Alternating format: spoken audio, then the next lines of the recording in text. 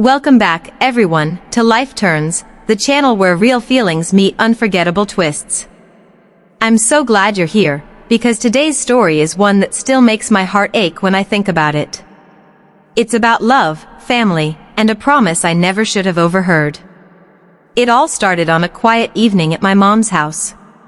I had come over after work, hoping for one of those comforting nights with tea and easy conversation. My sister Mia was already there, and they were talking in the kitchen while I hung up my coat in the hallway. I wasn't trying to eavesdrop. But then I heard it, Mom's voice, soft but clear. "Don't worry, sweetheart. I'll pay for your wedding. You deserve the best." I froze. At first, I thought maybe I had misheard. Mom had always tried to be fair with us, never showing favoritism. My own wedding was just a few months away, and we'd already talked about how tight money was. We had agreed to keep it simple, to budget carefully. But those words, "I'll pay for your wedding," sliced through me like cold wind. I backed away quietly, my mind racing. Was Mom really planning to give Mia everything? Was my sister keeping this a secret? I didn't know whether to feel hurt, angry, or just confused. When I finally walked into the kitchen, I smiled like nothing was wrong, but my heart was pounding. The weeks that followed were a blur of planning and second-guessing. My fiancé, Ethan, noticed I was distracted. "Are you sure you're okay?" he asked one night as we were finalizing our guest list. I wanted to tell him everything, but part of me was ashamed. What if I was overreacting? Maybe Mom had meant she'd help someday, not right now. Still, the seed of doubt had been planted. Every phone call from Mom made me wonder if she was hiding something. When she complimented my sister's ideas for her future wedding, my stomach twisted. I kept telling myself that Mom loved us both the same, but that overheard promise echoed in my mind. As my wedding day approached, little things started to go wrong. The florist called to say the deposit hadn't cleared. The venue emailed about a missing payment. Each time, I double-checked my records and found that, yes, the bills had been paid by me and Ethan, every penny. Mom hadn't contributed more than a polite offer to bring cookies for the dessert table. I tried to stay calm. "It's fine," I whispered to myself during sleepless nights. "We don't need anyone's money. We have love, and that's enough." But when I visited Mom 2 weeks before the wedding, she and Mia were sitting together, laughing over bridal magazines. I stood there in the doorway, invisible, while Mom pointed at a photo of a sparkling ballroom. "Mia, this is the kind of place I see you walking down the aisle in," she said dreamily. My throat tightened. I managed a small hello, and they looked up, surprised, like I'd interrupted something sacred. Mom gave me a quick hug, but her eyes drifted back to the magazine. I felt like a guest in my own family. That night, I lay awake staring at the ceiling. Memories of childhood, birthdays we celebrated together, the nights Mom stayed up with me when I was sick, flashed through my mind. How could the same woman who once held my hand through every heartbreak now act like my wedding barely mattered? I wanted to believe there was a reason, but doubt crept in like a shadow that wouldn't leave. Ethan tried to reassure me. "Your mom will come through," he said. "Maybe she's planning a surprise." I wanted to believe him. I wanted to believe that on my wedding day, everything would fall into place and my family would stand proudly beside me. The morning of the wedding arrived with a bright, cloudless sky. I woke up early, heart racing, butterflies swirling. I told myself today would be perfect. We had worked so hard, saved so carefully.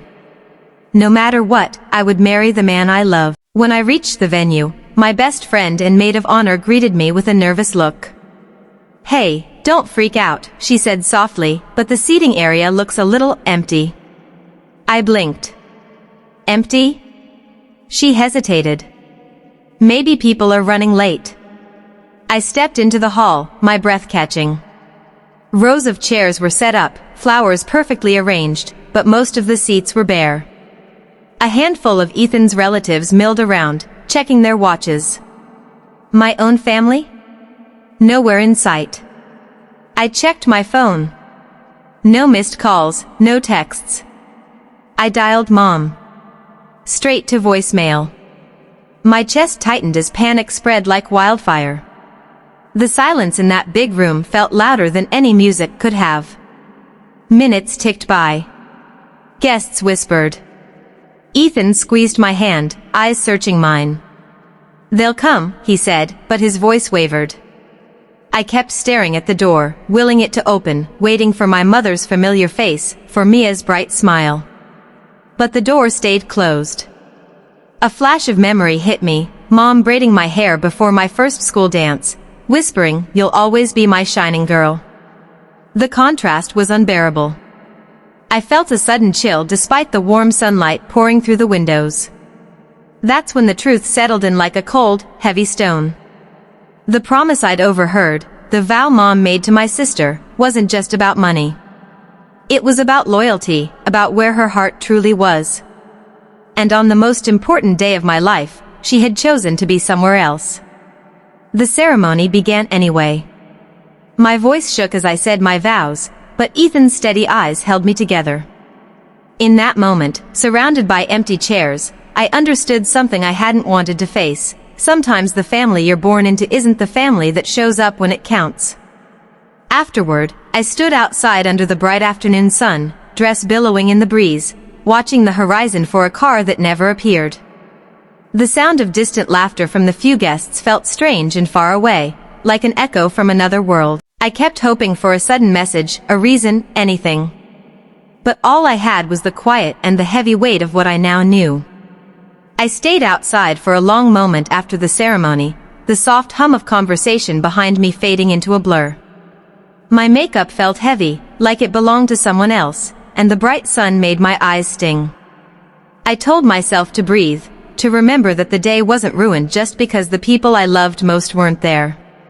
But each breath felt sharp, and my chest ached with questions I couldn't silence. Ethan wrapped his arm around me. "We're married," he whispered with a hopeful smile, like the words might erase the hurt. I wanted to give him a smile in return, something to show that love was stronger than disappointment. Instead, I pressed my face into his shoulder and let the tears fall. For a few minutes, neither of us spoke. The world seemed to tilt, leaving me caught between joy for the life we had just begun and grief for the family I felt I had lost. Eventually, we joined the small reception. Our friends and Ethan's relatives did their best to fill the silence, clinking glasses and offering kind words. I laughed when someone made a joke about our intimate guest list, but inside I kept wondering, where is she? Every time the door opened, my heart jumped. Each time, it was someone else, a late cousin of Ethan's, a neighbor dropping off flowers, never my mother or sister. When the music slowed for our first dance, I caught a glimpse of myself in the mirror across the room. The reflection startled me. I looked like a woman trying too hard to pretend she wasn't broken. I rested my head against Ethan's chest and closed my eyes, letting the rhythm guide me, willing the hurt to fade. But the emptiness around us was impossible to ignore. Later that evening, after the last slice of cake was served and the few remaining guests offered hugs, Ethan and I slipped away to a quiet corner. My phone remained stubbornly silent. "Maybe something happened," Ethan offered gently. "An emergency?" His words hung between us, a fragile excuse neither of us believed. I nodded anyway, clinging to the possibility that there was a reason beyond cruelty. When we finally left the venue, the night air felt cooler than I expected. The drive to our small apartment was quiet. Streetlights blurred past as I stared out the window, my wedding dress pulled around me like a heavy reminder. I wanted to call my mother again, to demand answers, but a strange fear held me back. What if she simply didn't care? What if she had chosen, consciously, to ignore me on the most important day of my life? It was nearly midnight when I finally worked up the courage. I dialed her number, each ring stretching longer than the last. At the fourth ring, she answered, her voice calm, almost cheerful. "Hello? Mom." My voice cracked. "Where were you?" A pause. Then, "Oh, honey. I'm so sorry. Something came up." "Something came up?" I repeated, incredulous. It was my wedding. She sighed softly, as if I were the one being unreasonable. Your sister wasn't feeling well. She needed me. I felt the air leave my lungs. Mia needed you, so you both just didn't come? She had a terrible migraine, Mom said. You know how those can be. I couldn't leave her alone. My grip on the phone tightened. You couldn't text? Call? Send anything? I didn't want to upset you on your big day, she replied, her voice laced with a kind of calm that made me want to scream. I swallowed the lump in my throat. Do you even care that you missed it? Of course I care, she said quickly.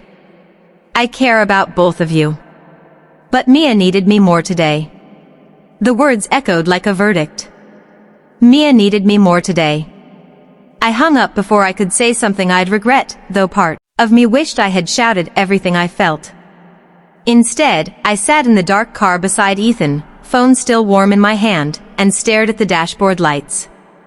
He reached for my hand without a word, his quiet support the only thing keeping me from unraveling completely. The days that followed were a haze. Friends called to congratulate us, unaware of the gaping hole in the celebration. I thanked them, smiled when appropriate, and avoided questions about my family. Each time I opened social media, I half expected a post from Mom or Mia, something that would explain everything.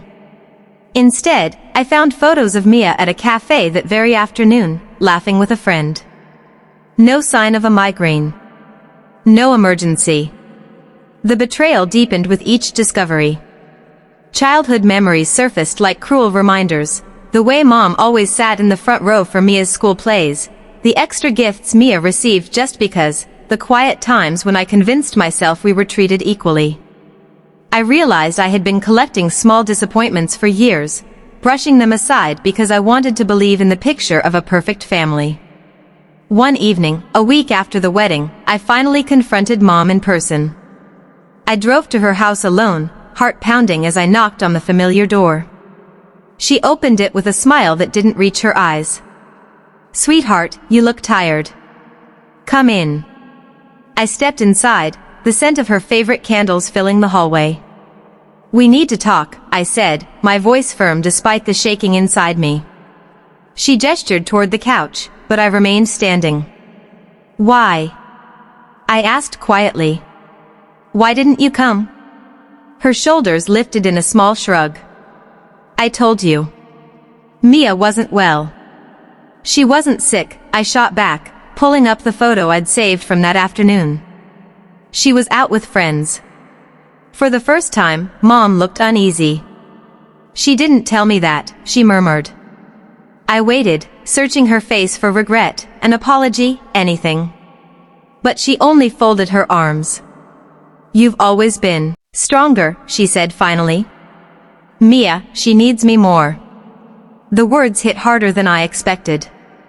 You've always been stronger. As if my strength excused her absence. As if resilience meant I didn't deserve the same love or attention. I felt tears burn my eyes. Being strong doesn't mean I don't need you, I whispered.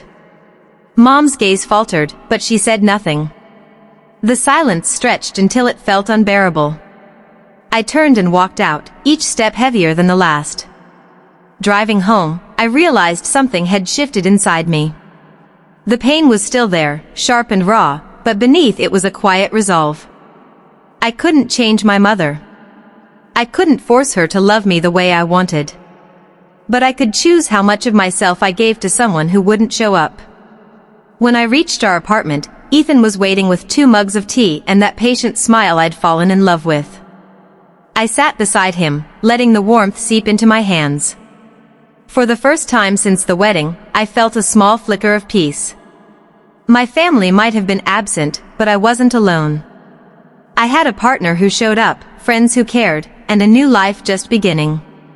That night, as I drifted toward sleep, I whispered a promise to myself: I will build a family where love isn't measured by convenience or favoritism.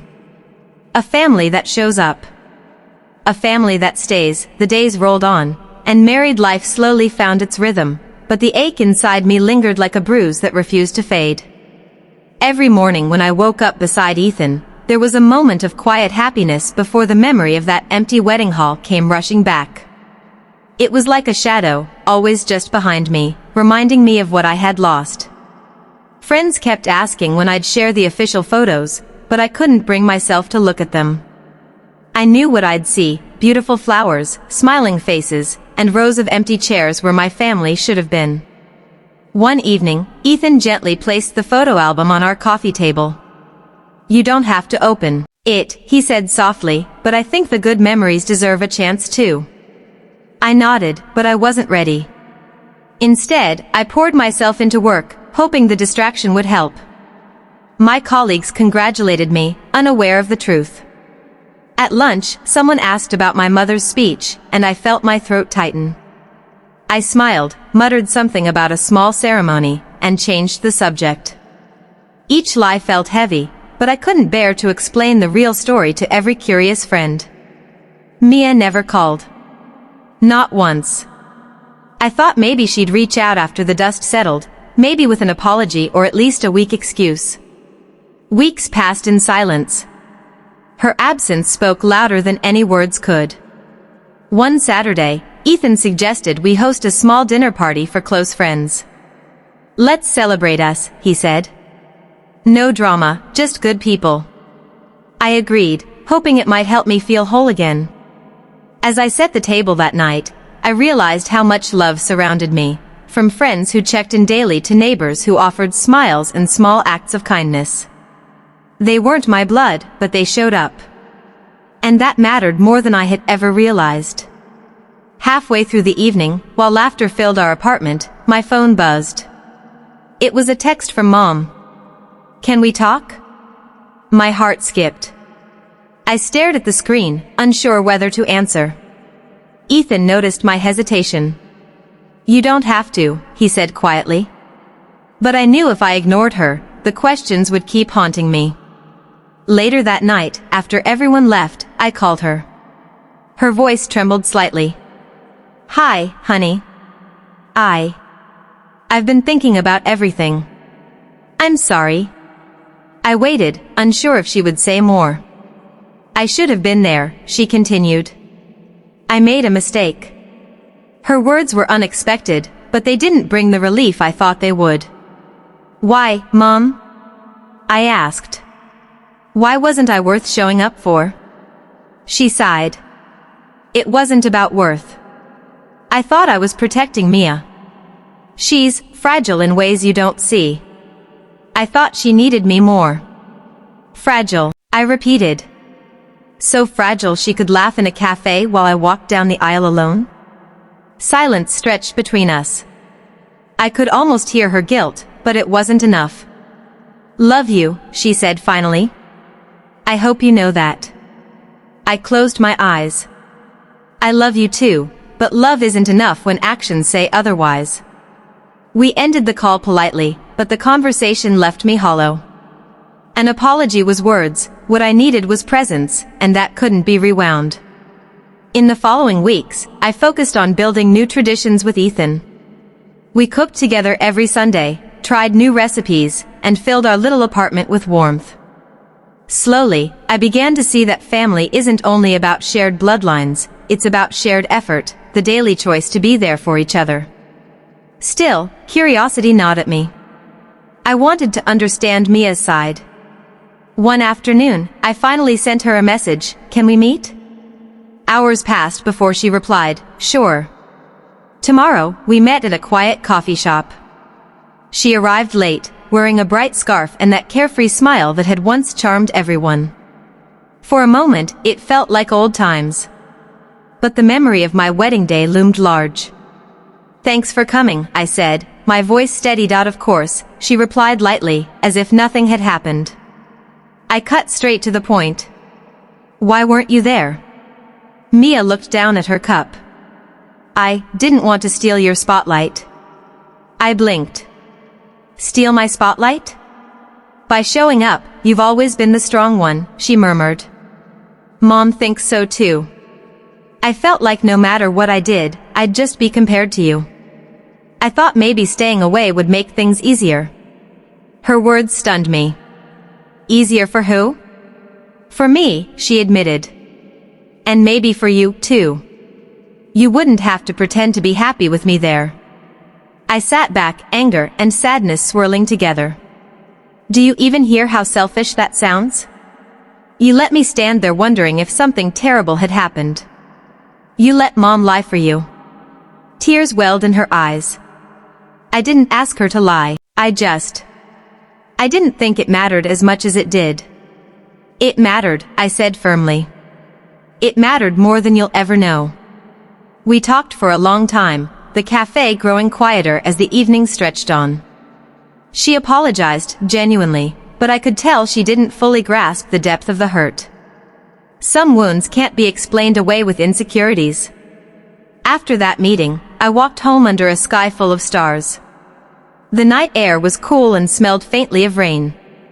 I thought about the years of trying to be the perfect sister, the reliable daughter, the one who held everything together. Maybe that role had made it easy for them to believe I didn't need the same care in return. When I reached our door, Ethan greeted me with a gentle smile and a warm embrace.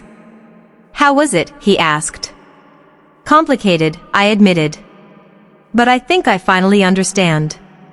He kissed my forehead. Understanding doesn't mean forgetting. I know, I said softly. But it's a start. That night, I lay in bed reflecting on everything, the empty chairs, the unanswered calls, the quiet apologies. For the first time, I felt a strange sense of clarity. My family might never change, but I could. I could choose to build something stronger, something rooted in presence and respect. And that choice, I realized, was its own kind of freedom. Months passed, and life began to settle into something gentle and steady. The sharp sting of that wedding day softened into a dull ache, like a scar that no longer throbbed but still told a story. Ethan and I found a rhythm that felt like home. Quiet mornings with coffee, evening walks where we planned our dreams, weekends filled with laughter and small adventures. In those moments, I realized that love could be simple and still feel extraordinary. But even as joy returned, there were reminders of what had happened. Holidays were the hardest. Thanksgiving approached, and the thought of sitting across from my mother and sister filled me with a tangle of emotions, longing, anger, and a fragile hope that maybe, somehow, things could be different. Ethan left the decision to me. We'll go if you want, he said gently. And if you don't, we can start our own tradition. After days of debating, I decided to visit. Not for them, exactly, but for me. I needed to face the people who had hurt me and see whether forgiveness could take root. On the drive over, my heart pounded like it had on my wedding day, each mile a mix of nerves and curiosity. When we arrived, Mom greeted us with an awkward smile. The house smelled of cinnamon and roasted turkey, exactly as it had when I was a child. For a moment, nostalgia wrapped around me, but it couldn't erase the memory of that empty wedding hall. Mia appeared from the kitchen, her scarf bright against the warm light. She gave me a tentative hug. I'm glad you came, she said softly. Dinner was quiet at first. We talked about small things, the weather, work, a new recipe Mia wanted to try. Beneath every polite exchange, unspoken words hovered like shadows. Finally, halfway through dessert, I took a deep breath. I want to talk about the wedding, I said. My voice was calm, but the room seemed to still. Mom set down her fork, her eyes fixed on the tablecloth. Mia shifted uncomfortably. I know, Mom began. I know we hurt you. I've thought about it every day. Her voice cracked slightly, and for the first time I saw real remorse in her eyes. I let fear guide me, she continued. I was so worried about Mia's feelings that I forgot what you needed. I forgot what was right. Mia looked up, tears brimming. I was selfish, she admitted. I thought hiding was easier than facing my own insecurities. I didn't realize how much it would cost us. I listened, heart pounding. Their words didn't erase the past, but they reached something inside me I hadn't realized was still open to healing. I won't pretend it didn't hurt, I said quietly. It changed how I see both of you. But I don't want this to define us forever. Mom reached across the table, her hand trembling. I don't either, she whispered. For a long moment, we sat there, hands joined over the table. It wasn't a perfect fix. Years of imbalance couldn't be mended in a single evening, but it was a start. Forgiveness, I realized, isn't a door that swings wide all at once. It's a slow, steady turning of the knob, a willingness to try again. In the weeks that followed, small gestures began to rebuild what had been broken. Mom called more often, not with grand promises but with simple questions about my day. Mia invited me to coffee, and this time, she showed up early.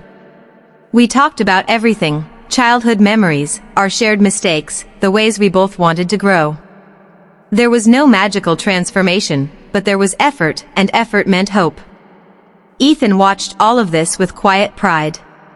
One evening as we cooked dinner together, he said, "You've handled all of this with more grace than most people could. I'm proud of you." I smiled, feeling a warmth that reached deeper than the hurt ever had. I think I'm finally proud of me too, I admitted. As spring approached, Ethan and I decided to host a small anniversary gathering, just close friends and a few family members willing to be present. When I invited Mom and Mia, I half expected hesitation, but both accepted immediately. On the day of the party, our apartment buzzed with laughter and the smell of homemade food. Mom arrived carrying a cake she had baked herself, and Mia brought a bouquet of flowers so bright they filled the room with color.